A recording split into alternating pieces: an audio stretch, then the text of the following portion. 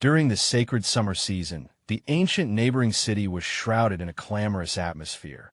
Yet, beneath this bustling facade, a subtle, unusual aura quietly spread.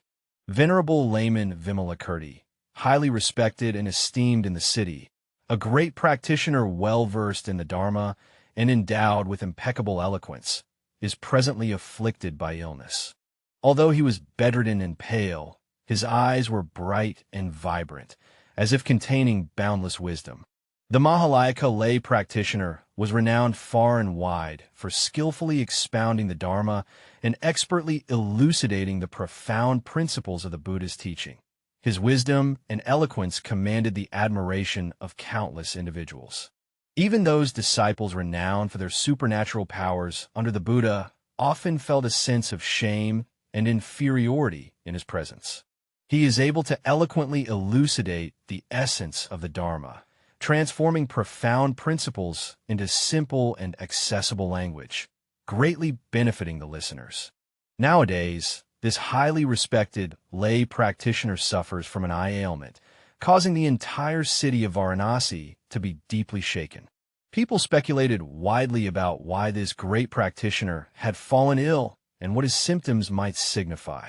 When the Buddha compassionately sent his disciples to inquire about his condition, surprisingly, not a single one responded.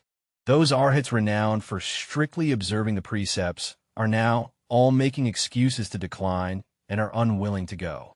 A profound and compassionate smile appeared on the Buddha's serene countenance. He deeply understood that Vimalakirti's silence and retreat were not accidental, but held a deeper, profound significance. His gaze gently swept over all the disciples, as if able to penetrate each person's heart, finally resting on Sariputta's face. This senior disciple, renowned as the foremost in wisdom, at this moment lowered his head to avoid the Buddha's gaze, appearing somewhat uneasy and restless. In Shariputra's mind, the scene of his previous dialogue with Vimalakirti emerged. It was a bustling marketplace on an afternoon, filled with the clamor of voices and the ceaseless cries of vendors. He saw Vimalakirti sitting serenely in the midst of a group of merchants, his demeanor calm and composed, as if he were situated in a tranquil, pure land. This situation puzzled him greatly, so he stepped forward to offer advice. Lay practitioners, the value of cultivation lies in purity. It is appropriate and proper to practice in a quiet and serene place. How can one cultivate peace and practice in such a noisy place? Vimalakirti slowly opened his eyes, his gaze sharp and penetrating, directly fixed on Shariputra. Venerable one, when the afflictive mind is at peace, it is called a tranquil state. If the mind is not tranquil, even in a secluded hermitage, it is no longer truly serene. Attachment to the perception of stillness is precisely the affliction. These words were like a sudden clap of thunder, instantly striking the heart of Sariputra, leaving him speechless and unable to rebut. He deeply understood what layman Mo.Gs spoke, directly pointing to the essence of practice, the mind. True tranquility does not lie in the external environment, but in the tranquility of the mind.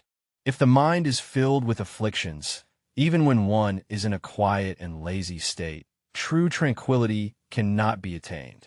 Conversely, if the mind is pure and tranquil, it can maintain inner peace even amid the hustle and bustle of a noisy environment. Upon witnessing this, Maudgalyana secretly felt relieved in his heart that he had not been singled out by the Buddha. He recalled his previous embarrassment before layman Vimalakirti and still felt somewhat ashamed. That day, at Vimalakirti's residence, due to a misconception, he attempted to explain to this layperson the importance of new acts of giving, urging him to let go of worldly attachments and pursue liberation. Unexpectedly, Vimalakirti raised his finger and asked, "Venerable sir, is this matter a worldly dharma or a transcendental dharma? Is this attire from lay life or monastic life?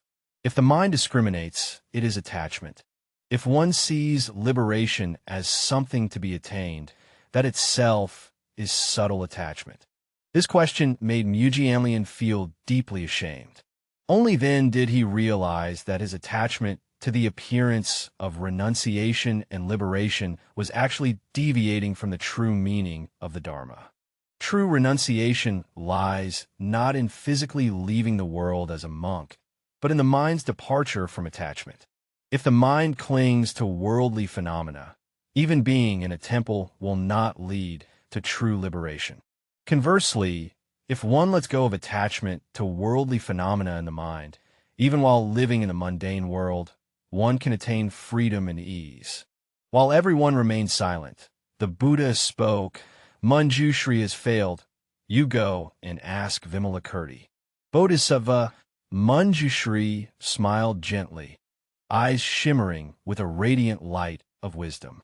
He deeply understood that Vimalakirti's apparent illness was merely a manifestation of emptiness and not a genuine sickness. Rather, it was an opportunity to expound the true Dharma to the world. He understood that this was a rare opportunity to propagate the Dharma, as well as a test of wisdom and compassion. Manjushri Bodhisattva led a group of disciples to the place of Vimalakirti, accompanied by several lay practitioners who were newly learning the Dharma. These lay practitioners who have just entered the Buddha's path are filled with doubts. What Dharma can a sick person teach? Shouldn't a practitioner transcend sickness and suffering? They privately discussed that although layman Vimalakirti was skillful and unobstructed, he was ultimately a householder and could not compare to the pure and liberated monastics. If he himself cannot overcome the suffering caused by illness, how can he guide us in our practice? Vimalakirti's room was surprisingly spacious and simply furnished, devoid of any lavish decorations, not even a bed or couch. He sat quietly in the corner bathed in moonlight, appearing especially lean and serene. Seeing Manjushri Bodhisattva leading people over, he strained to rise, his face bearing the marks of illness. Yet his eyes were sharp and piercing, like a seasoned general who, despite grievous wounds, remained undaunted in spirit.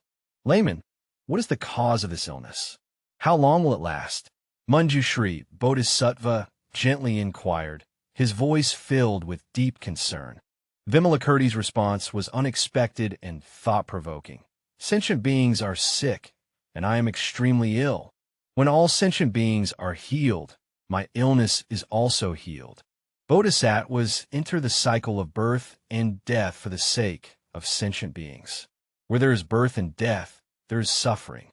If sentient beings are freed from suffering, Bodhisattvas also have no suffering. This passage embodies the profound spirit of the Bodhisattva path, reflecting the compassion and vow power of a Bodhisattva. In order to save sentient beings, the Bodhisattva willingly endures various hardships, sharing both joy and suffering with them, deeply empathizing with their experiences. The suffering of sentient beings is the suffering of Bodhisattvas. The joy of sentient beings is the joy of Bodhisattvas. Only when all sentient beings are free from suffering and attain happiness can a Bodhisattva truly achieve liberation. A young lay practitioner listened in a foggy confusion, seemingly understanding yet not quite.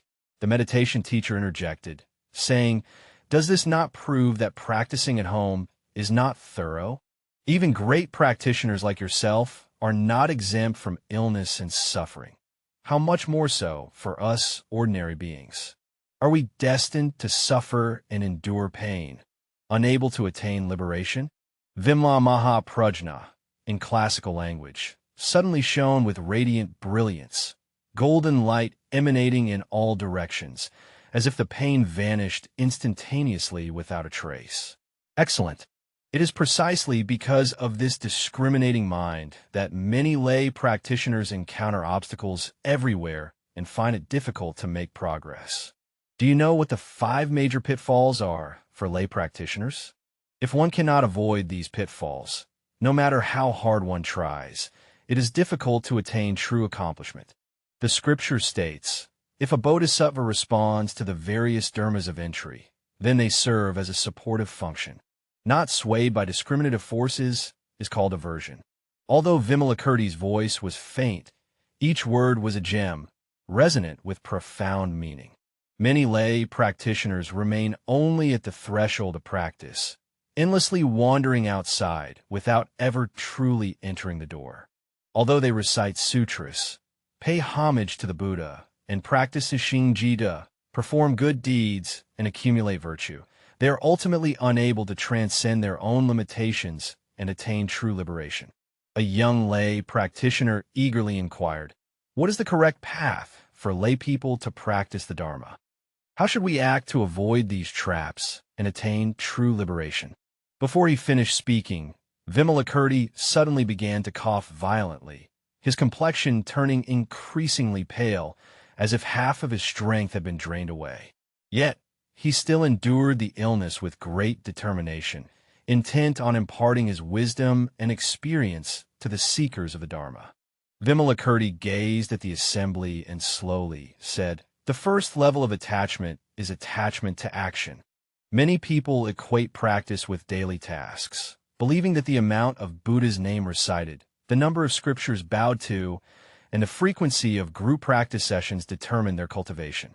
They have turned practice into a task, a burden, forgetting the true purpose of cultivation."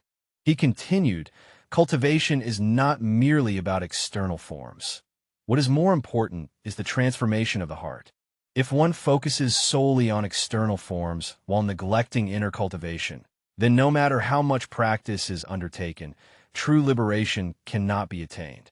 True cultivation lies in constantly being aware of one's thoughts and intentions, understanding the true nature of all dharmas, and integrating the Dharma into every detail of daily life."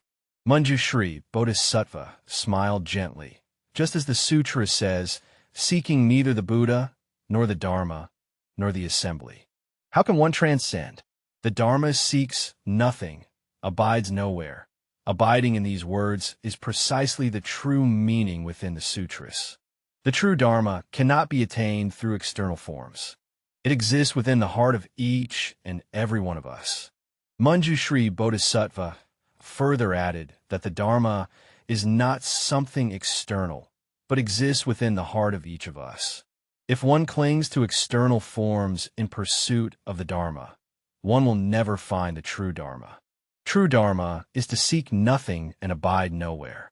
Only when we let go of all attachments can we truly comprehend the essence of the Dharma and awaken the wisdom within us. Vimalakirti nodded repeatedly and continued, saying, "The second level of attachment is discriminative attachment. This attachment is like a layer of mist, obscuring our eyes and preventing us from seeing the true nature of things." His gaze turned toward the young lay practitioner, addressing the earlier doubt that this very affliction lies in believing there is a distinction between lay life and monastic life, between afflictions and bodhi, and between suffering and practice. It is precisely this discriminatory mind that traps countless practitioners in the prison of relativity, forever unable to perceive the ultimate reality of all dharmas. He further explained that being a layperson or a monastic are merely different external forms.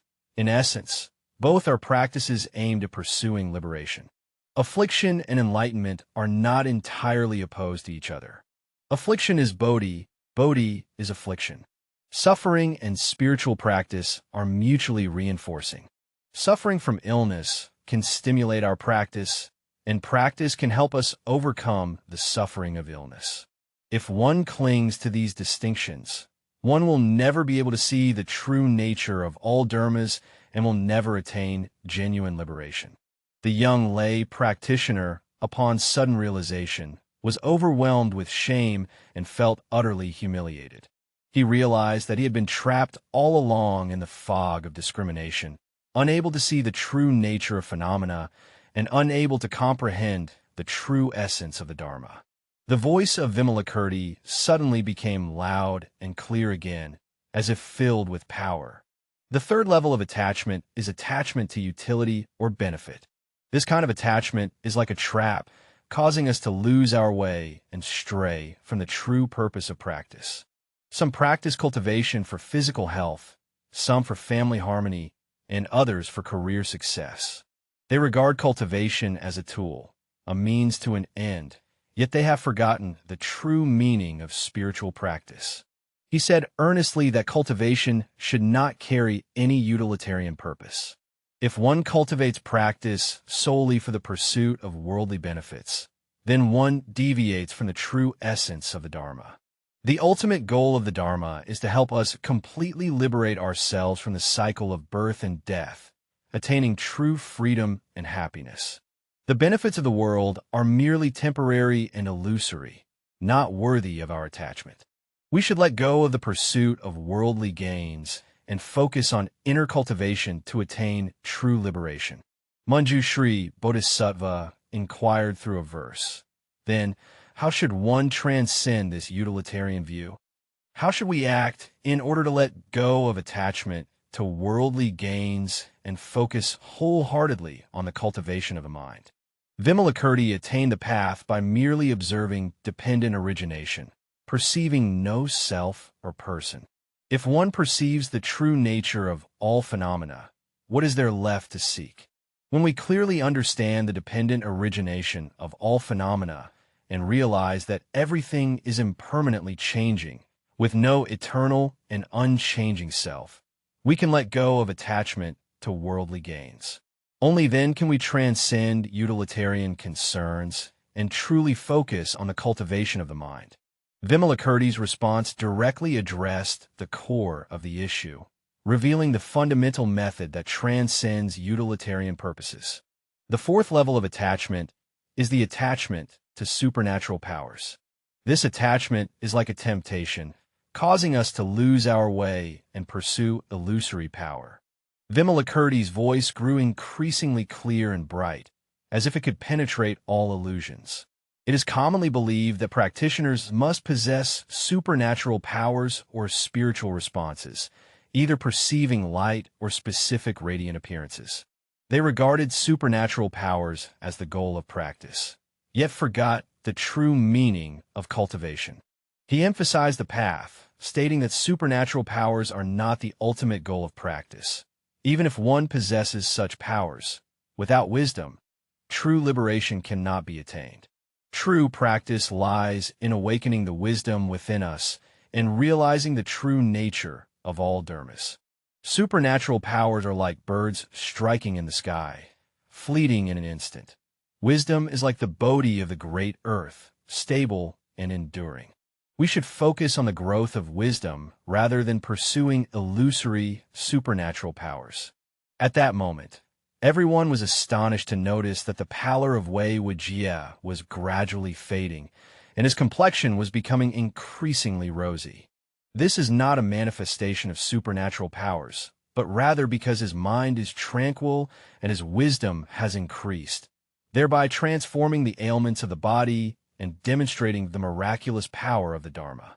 The final level, and also the most important, is the realization of attachment. This kind of attachment is like an illusion, making us feel distant and hesitant to approach. Vimalakirti was completely free from all attachments, sitting silently with a dignified demeanor, resembling an awakened sage. It is often believed that enlightenment is a distant goal, a state that can only be attained in the future.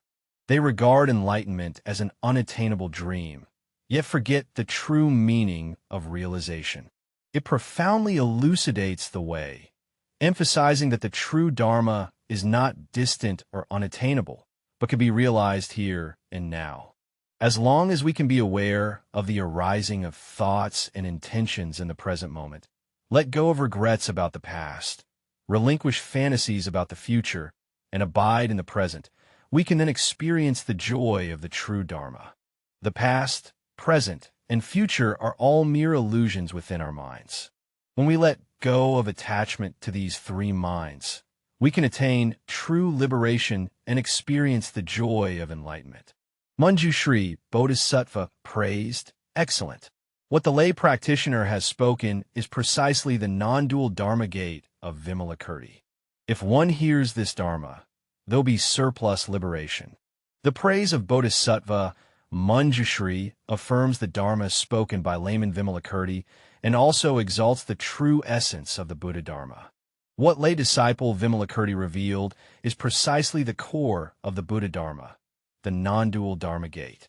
The non-dual Dharma gate refers to a mode of thinking that transcends dualistic oppositions, recognizing that all phenomena are mutually interdependent and mutually transformative.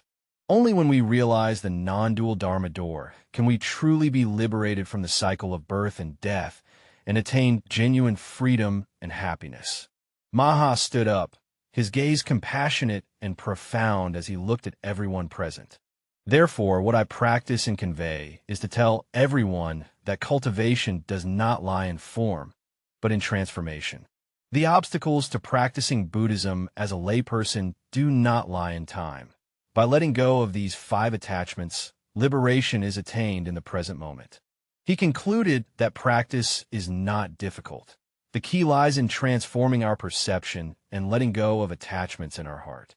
Practicing at home, although living in the secular world, one can attain liberation as long as one can relinquish attachment to worldly dharmas. Let go of the shackles of form, release the fog of discrimination, abandon the trap of skillful means, renounce the allure of supernatural powers, and relinquish the delusion of enlightenment. In the present moment, liberation can be attained, and the joy of realization can be experienced.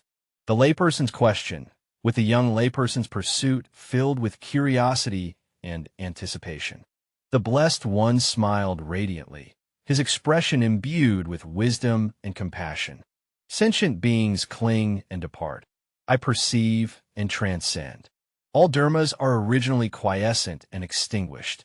How can any sign of disease arise? My illness is merely to help sentient beings overcome attachment to suffering. When sentient beings no longer cling to illness and pain, my own symptoms naturally cease to manifest. The essence of all dharmas is quiescence.